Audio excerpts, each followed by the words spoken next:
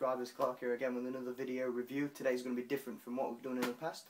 We've touched on gas blowback pistols, we've touched on AEGs, we haven't yet touched sniper rifles. It's part of the field that I'm fairly new to myself, even though I've played for a fair few years, something I'm yet to properly dip my finger in.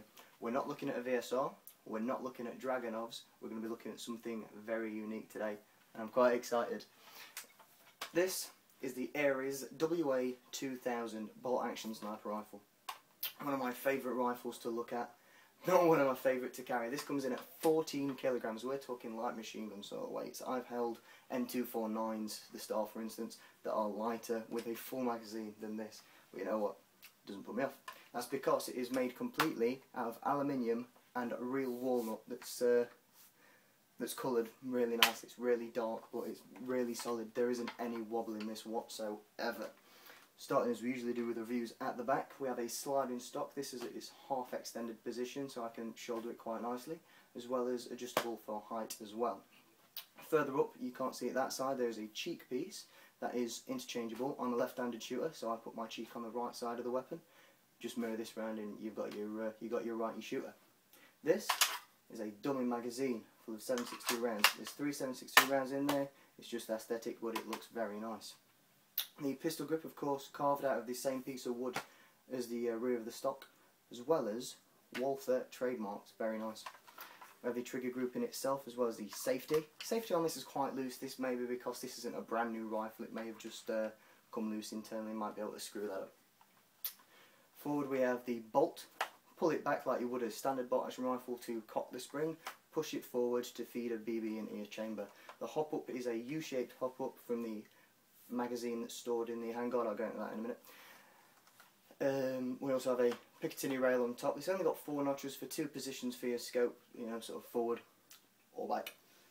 Makes no difference, obviously, you've got your adjustable stock, so you can get that perfect positioning, get my words out. We've got a bipod up front that simply unhooks and swivels using 2 little buttons at the front. The good thing about the bipod is the gun's pivoting underneath it, meaning if the ground's not completely flat, the rifle can still swing straight up.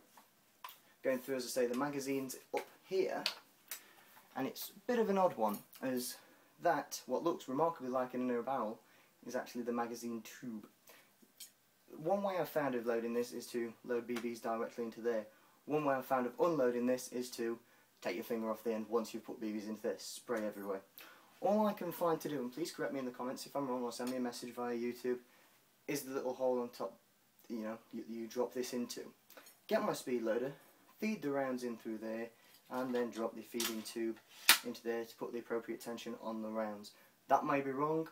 Again, you know, it's just the easiest way I've found to do it, so please do correct me if you've had any troubles doing that in the past. Of course, we have our aluminium flash hider up there that does cover the barrel. It goes the entire length.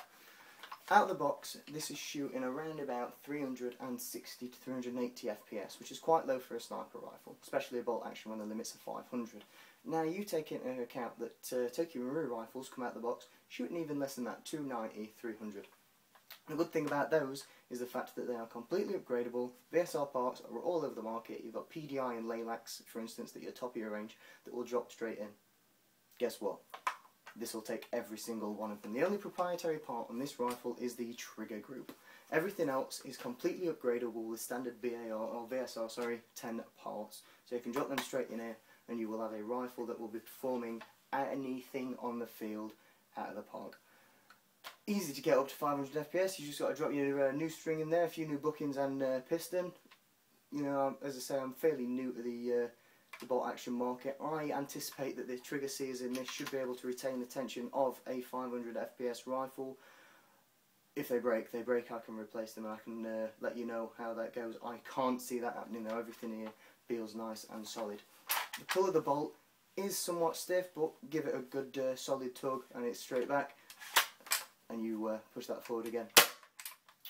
Now, one of my favourite real world rifles. I'm very excited to take this out on the field. We'll be finding out how it shoots on Saturday. As I say, in my previous video, we'll be getting some in the field reviews and a couple of interviews with the guys from UDATTV as well. So I'll let you know how it goes on Saturday, but for now, just thought I'd better introduce you to what's going to be my favourite piece in the arsenal. Clark for UDATTV. We'll be back in a couple of days.